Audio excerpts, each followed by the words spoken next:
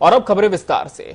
उत्तर प्रदेश की सियासत इन दिनों सुर्खियों में है। अटकलें संगठन में बदलाव से लेकर मंत्रिमंडल विस्तार तक की हैं। इन सब के बीच भाजपा के राष्ट्रीय संगठन महामंत्री बीएल संतोष, राष्ट्रीय उपाध्यक्ष और प्रदेश प्रभारी राधा मोहन सिंह सोमवार को लखनऊ पहुंचे।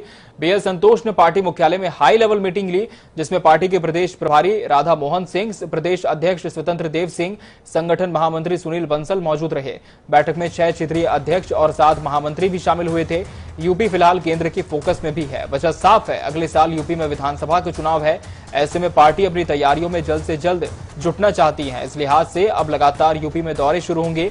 बीएल संतोष के दौरे के बाद राष्ट्रीय अध्यक्ष जेपी नड्डा और गृह मंत्री अमित शाह का भी यूपी दौरा हो सकता है। कयास है कि केंद्रीय मंत्रिमंडल के विस्तार में भी यूपी के कुछ नए चेहरों को मौका दिया जाएगा, जिसका फायदा 2022 के विधानसभा चुनाव में पार्टी को मिल सके।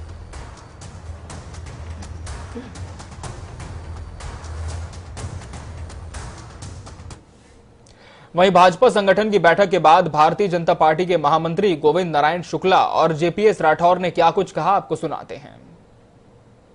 फोरम होता है, उसके अनुसार हम लोग अलग अलग बैठक में हमारे प्रदेश अध्यक्ष जी हैं, हमारे प्रभारी जी हैं और राष्ट्रीय महामंत्री जी आए हैं। और उस बैठक में हमारा जो फोरम होता है उसके अनुसार हम लोग अलग अलग बैठकें करते रहते हैं।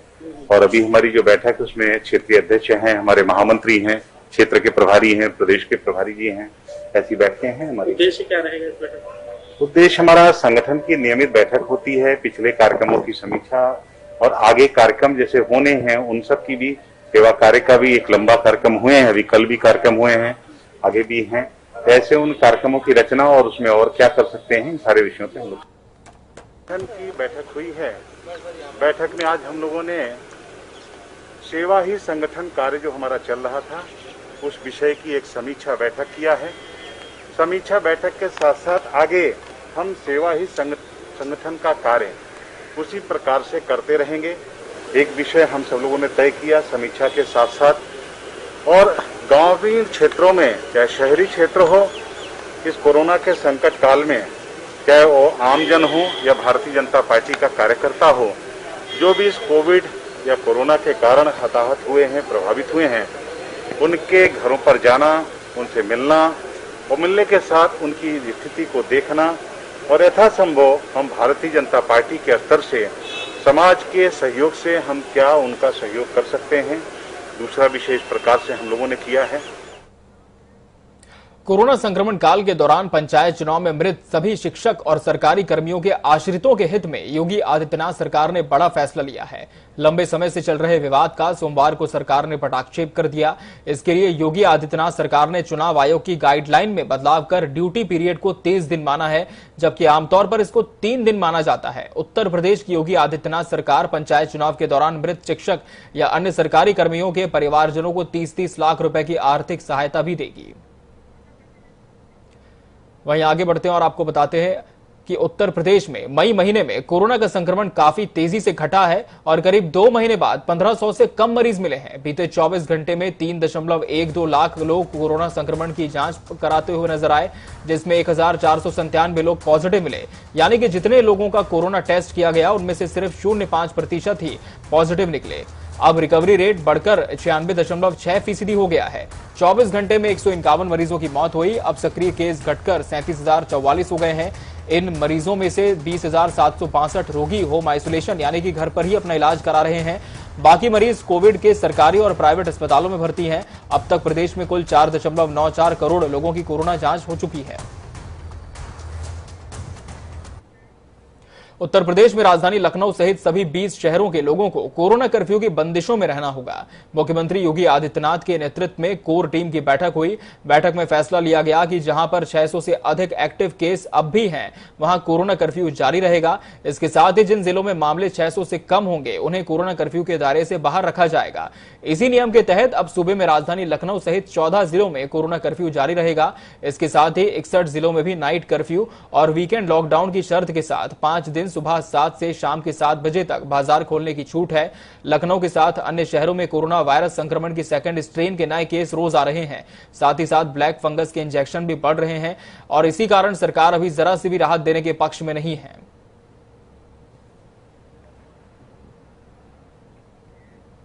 मेदांता लखनऊ ने सपा सांसद आजम खान का हेल्थ बुलेटिन जारी किया है। आजम खान की कोरोना रिपोर्ट नेगेटिव आ गई है। साथ ही उनकी तबीयत में थोड़ा सुधार हुआ है, इसलिए उन्हें आईसीयू से शिफ्ट करने पर विचार हो रहा है। लेकिन अभी भी उनकी किडनी में दिक्कत है। उन्हें क्रिटिकल केयर और नेफ्रोलॉजी डॉक्टर्स की निगरानी में रखा गया है। इस वक्त आजम खान को आईसीयू में 3 से 5 लीटर ऑक्सीजन की जरूरत पड़ रही है। तो वहीं आजम के बेटे अब्दुल्ला आजम की कोरोना रिपोर्ट भी नेगेटिव आ गई है और स्थिति संतोषजनक बनी हुई है।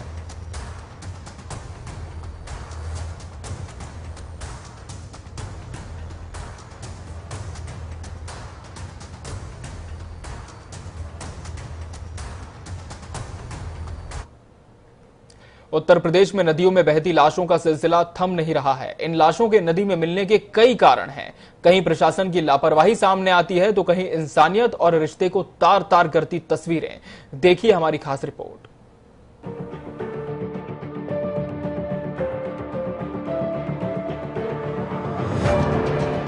लापरवाही से शवों को जलाए जाने, बेतरतीब दफन किए जाने और गंगा की धार पर उतराते शवों ने पूरे देश को झकझोर कर रख दिया।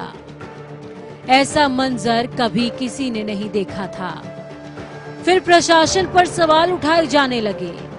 लेकिन इन सब से अलग कुछ तस्वीरें ऐसी भी रहीं जिन्हें देखने मात्र से इंसानियत कांप उठेगी। हम आपको बारी बारी से कई तस्वीरें दिखाएंगे। अगर खड़े हैं तो बैठ जाइए, कहीं पैरों तले जमीन न खिसक जाए। ये तस्वीर सूबे के बलरामपुर की है, जहां 2 युवक, जिनमें से एक ने पीपीई किट पहना है, कोरोना संक्रमण की जद में जान गंवाने वाले व्यक्ति का शव पुल से नीचे नदी में फेंकते नजर आ रहे हैं। अब आपके मन में कई सवाल कौंधने लगे। उससे पहले आपको बता दें कि ये पीपीई किट पहने हुए व्यक्ति कोई और नहीं बल्कि मृतक का भतीजा है, जिसने आज अपनी इस हरकत से इंसानियत को सरे बाजार बेआबरू कर दिया है। इसे न प्रशासन का डर है, न ही इंसानियत का ख्याल। ये तस्वीर इस बात की तस्दीक है कि अब आदमजात के अंदर न रिश्तों का लिहाज बचा है, न भावनाएं। अब 206 हड्डियां और कुछ मांस मज्जा के साथ बना वो आदमजात ऐसी कगार पर आकर खड़ा हो गया है जहां पर सभी भावनाएं शून्य हो जाती हैं। मानवता को शर्मसार करने वाली तस्वीरें अभी और भी हैं। अब अगली तस्वीर देखिए। ये तस्वीर यूपी के महोबा की, जहां बीते दिन थाना खरेला क्षेत्र के स्वामी दास मुहाल निवासी बीमारी से जूझ रहे 48 वर्षीय रामकरण को उसके बेटे दीपक ने अचेत अवस्था में इलाज के लिए जिला अस्पताल में भर्ती कराया। इलाज के दौरान उसकी मौत हो गई। जब मृतक के बेटे को शव लेने के लिए बुलाया गया तो कलयुगी बेटे ने शव लेने से साफ तौर पर इनकार कर दिया। इतना ही नहीं, पुलिस को ही अंतिम संस्कार करने की नसीहत दे डाली। पुलिस ने जब बेटे को समझाया तो बेटे ने महज फर्ज अदायगी के नाम पर कचरा गाड़ी बुलाई और उस बाप को जिसने पूरी जिंदगी अपने खून पसीने की कमाई से इस बेटे को सींचा, उसके शव को कचरा गाड़ी में डालकर गांव ले गया। देख सकते हैं तो देखिए तमाशा इंसानियत का। इस तस्वीर में देख पाएंगे कि कैसे इस कचरा गाड़ी में एक पिता की नहीं बल्कि बेआबरू इंसानियत की लाश फेंकी पड़ी है। अगली तस्वीर फतेहपुर जिले की, जहां एक बार फिर लाख बंदिशों के बाद गंगा नदी में 6 लाशें उतरा रही हैं। आनन फानन में शवों को नदी से बाहर निकाला गया और जल्दी जल्दी शवों का अंतिम संस्कार भी करवा दिया गया। और ये भी शायद इसीलिए कि कहीं इन लाशों के साथ रिश्तों का जनाजा या इंसानियत की अर्थी न उठ जाए। ये लाशें भी किसी रिश्ते को शर्मसार करके नदी में फेंकी गई होंगी। इन्हें भी किसी के भतीजे तो किसी के बेटे ने नदियों में फेंका होगा। माफ कीजिएगा, इन्हें रिश्तों के नाम से तो बुलाया ही नहीं जा सकता, क्योंकि इन जैसे आदमजातों ने रिश्तों को नदी में बहा दिया है, कूड़ा गाड़ी में डाल दिया है। और सवाल ये कि क्या इसी दिन के लिए इंसान पूरी जिंदगी की कमाई, पूरी जिंदगी अपने बच्चों के पीछे लुटा देता है। ब्यूरो रिपोर्ट, जनता टीवी।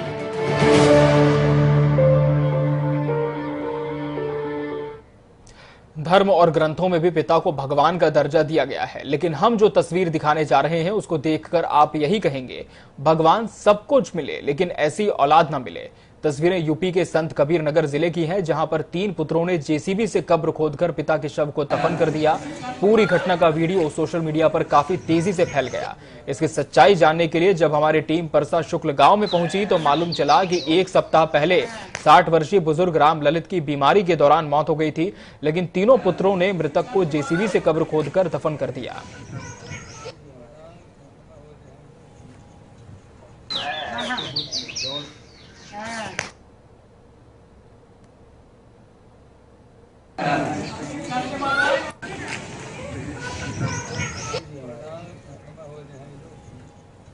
यहाँ अभी तक कोई पॉजिटिव नहीं आया था, लेकिन एक ऐसा व्यक्ति है जो जिसके लड़के बता रहे थे कि रिपोर्ट में पॉजिटिव है और वो एक्सपायर कर गया।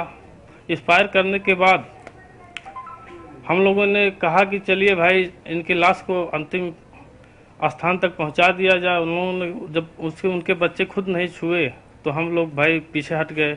वो लोग कहे भाई नहीं छूने लायक है। हम लोग बहुत प्रेस किए लेकिन वो लोग माने नहीं। उनका देहांत हो गया। घर पे देहांत हो? हाँ सर। तो क्या गांव में 4? हाँ सर।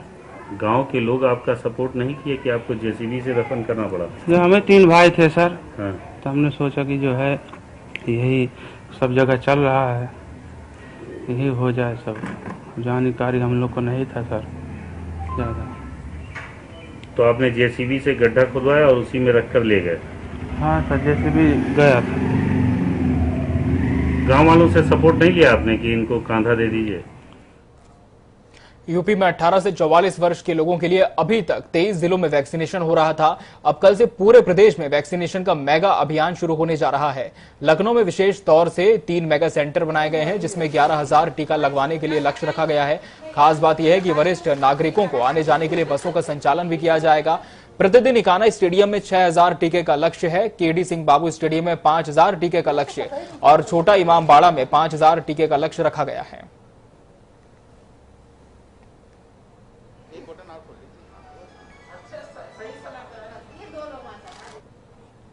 3 मेगा कैंप प्रारंभ किए जा रहे हैं।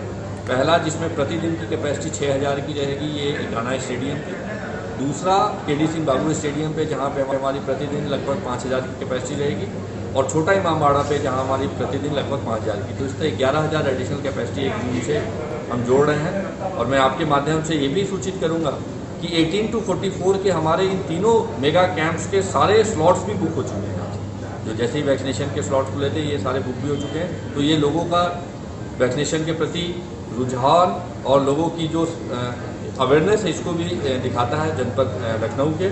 और मैं आपके माध्यम से अपील करूंगा कि 18, 44 और 45+ आकर के इस सुविधा का लाभ। आम आदमी पार्टी के सांसद संजय सिंह ने बीजेपी पर एक एक करके कई आरोप लगाए हैं। सांसद संजय सिंह ने शिक्षा मंत्री सतीश द्विवेदी पर जमीन घोटाले के आरोप सहित अलीगढ़ शराब कांड पर सरकार को घेरा। वहीं यूपी में गंगा नदी में लगातार मिल रही लाशों को लेकर भी सरकार पर वार किया है। मंत्री सतीश द्विवेदी के खिलाफ तमाम भ्रष्टाचार और जमीनों को कैसे करोड़ों की जमीन कौड़ियों के दाम उन्होंने ली, इसका खुलासा मैंने किया था। उससे संबंधित 5 जमीनों की शिकायत लोकायुक्त से मैंने की है। उसका पूरा कागजात अभी मैं आपको दे दूंगा। लोकायुक्त में मैंने इसकी शिकायत कर दी है और उनके मंत्री के भ्रष्टाचारों की जांच की जाए। घाटों पे और नदियों में 100 मिले और दफनाए गए 100 मिले। कुत्ते नोचते हुए दृश्य सामने आए, चील कौवे खाते हुए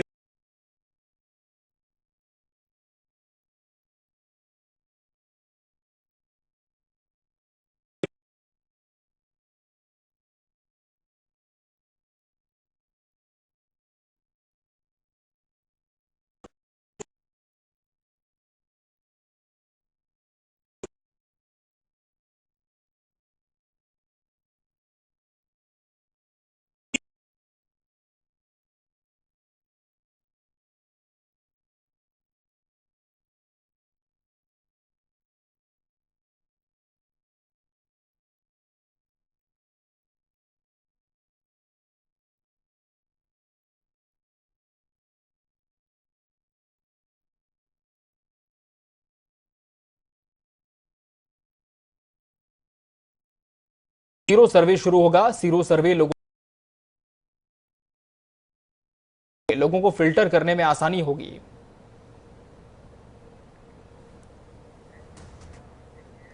उत्तर प्रदेश के शाहजहांपुर में पत्रकारों को कोरोना से बचाव के लिए स्पेशल टीकाकरण सेंटर खोला गया है, जिसका शुभारंभ गांधी भवन में जिलाधिकारी इंद्र विक्रम सिंह ने किया। स्पेशल टीकाकरण सेंटर पर दैनिक समाचार पत्र वॉइस ऑफ लखनऊ के ब्यूरो चीफ अरविंद त्रिपाठी, कई जाने माने पत्रकारों ने पहला टीकाकरण करवाकर अपने आप को सुरक्षित किया। इस दौरान सीएमओ डॉक्टर एसपी गौतम ने बताया कि पत्रकारों की दिनचर्या को ध्यान में रखते हुए स्पेशल टीकाकरण सेंटर की शुरुआत की गई। उन्होंने बताया कि इस स्पेशल कैंप में पत्रकार बंधु अपने परिजनों के साथ आकर टीकाकरण करवा सकते हैं, जिसमें 18+ एवं 45+ के पत्रकार बंधुओं और उनके परिजनों को टीका लगाया जा रहा है। वैक्सीनेशन नहीं करा रहे, उनको कुछ भ्रांतियां हैं, उनको कुछ गुमराह कर देते हैं।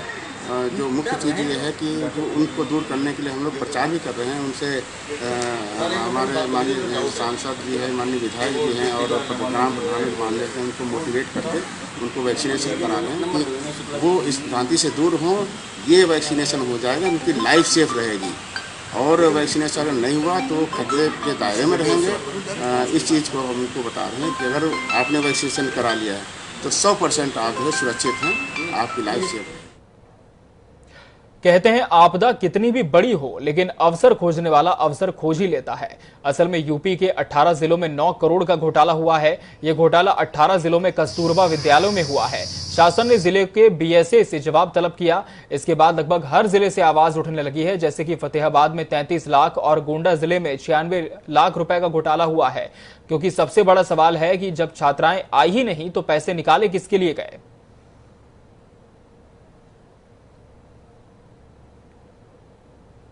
खबर अलीगढ़ से है, जहां शराब का कहर रुकने का नाम नहीं ले रहा है। अब तक जिले में जहरीली शराब पीने से मरने वालों की संख्या 71 पहुंच गई है, लेकिन प्रशासन अभी भी सिर्फ 25 मौतों की ही पुष्टि कर रहा है। वहीं सीएमओ ने कहा कि जहरीली शराब से मरने वाले 67 शवों का पोस्टमार्टम किया गया है। इनमें से 28 की मौतें तो लगभग जहरीली शराब से तय मानी जा रही है।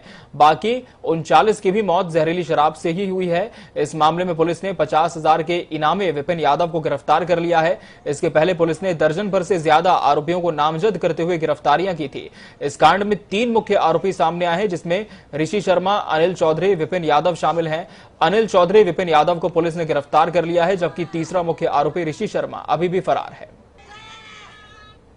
बुलंदशहर पहुंचे प्रदेश पंचायती राज मंत्री चौधरी भूपेंद्र सिंह ने अलीगढ़ शराब कांड में पुलिस की मिलीभगत पर बोलते हुए कहा कि जांच में जो भी दोषी पाया जाएगा उसके खिलाफ एनएसए की कार्रवाई की जाएगी। पंचायती राज मंत्री खुर्जा में शोक सभा में शिरकत करने पहुंचे थे। शराब कांड के बाद लगातार मौत का आंकड़ा बढ़ता जा रहा है। प्रशासन ने भी कोई ठोस कदम नहीं उठाया है, इस पर क्या प्रतिक्रिया है? इस तरह की घटनाएं जो अलीगढ़ में हुई हैं वो दुखद है। ऐसे नहीं होना चाहिए। माननीय मुख्यमंत्री जी ने कठोर कार्रवाई के निर्देश दिए हैं। भाजपा संगठन की बैठक और बदलाव को लेकर कांग्रेस के वरिष्ठ नेता प्रमोद तिवारी का बयान सामने आया है। प्रमोद तिवारी ने कहा कि इस समय भाजपा डूबता जहाज है और पब्लिक ने इनको लेकर अपना मन बना लिया है। संगठन को लेकर रणनीति बनाना सभी का अधिकार है, वो करें, लेकिन जब भी भाजपा ऐसे फंसती है तो हिंदू मुस्लिम कार्ड खेलती है। जनता इनसे सावधान रहे। भारतीय जनता पार्टी एक डूबता हुआ जहाज, उसको जितनी बचाने की कोशिश की जा रही है आपसी खींचतान में, वो और उलझती जा रही है और तेजी से जहाज और उसके लिए जिम्मेदार संगठन या सरकार अपनी जगह, पर सबसे ज्यादा उसकी गलत नीतियां। उत्तर प्रदेश में सीएम योगी आदित्यनाथ ने मासूमों के साथ छेड़छाड़ और दुष्कर्म मामले में सख्त कानून बनाए हैं, लेकिन अपराधियों को इन कानूनों का कोई डर नहीं है। रोजाना बच्चियों के साथ दरिंदगी के मामले सामने आ रहे हैं। आज फिर प्रदेश के फर्रुखाबाद और बाराबंकी से ऐसी तस्वीर सामने आई। फर्रुखाबाद में 70 साल के बुजुर्ग ने 9 साल की मासूम के साथ दुष्कर्म का प्रयास किया। वहीं दूसरी तस्वीर बाराबंकी से है, जहां 5 साल की मासूम को सोते समय घर से उठा लिया गया और अगले दिन गांव के बाहर तालाब में मासूम का शव मिला।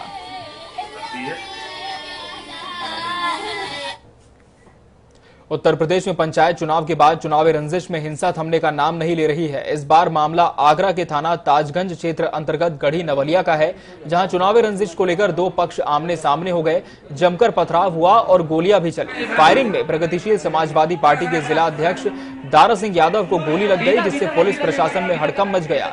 आनन फानन में घायल अवस्था में दारा सिंह यादव को एक निजी अस्पताल में इलाज के लिए भर्ती किया गया, जहां उनकी हालत गंभीर है। इस घटनाक्रम का एक वीडियो भी सोशल मीडिया पर तेजी से वायरल हुआ, जिसमें एक युवक बंदूक लहराता हुआ दिखाई दे रहा है और कुछ सेकंड बाद ही सीधे फायर कर देता है।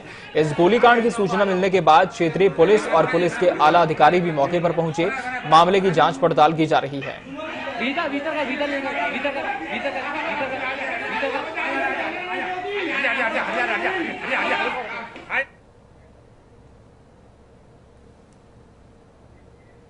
इसी के साथ इस बुलेटिन में फिलहाल इतना ही। दीजिए इजाजत। नमस्कार।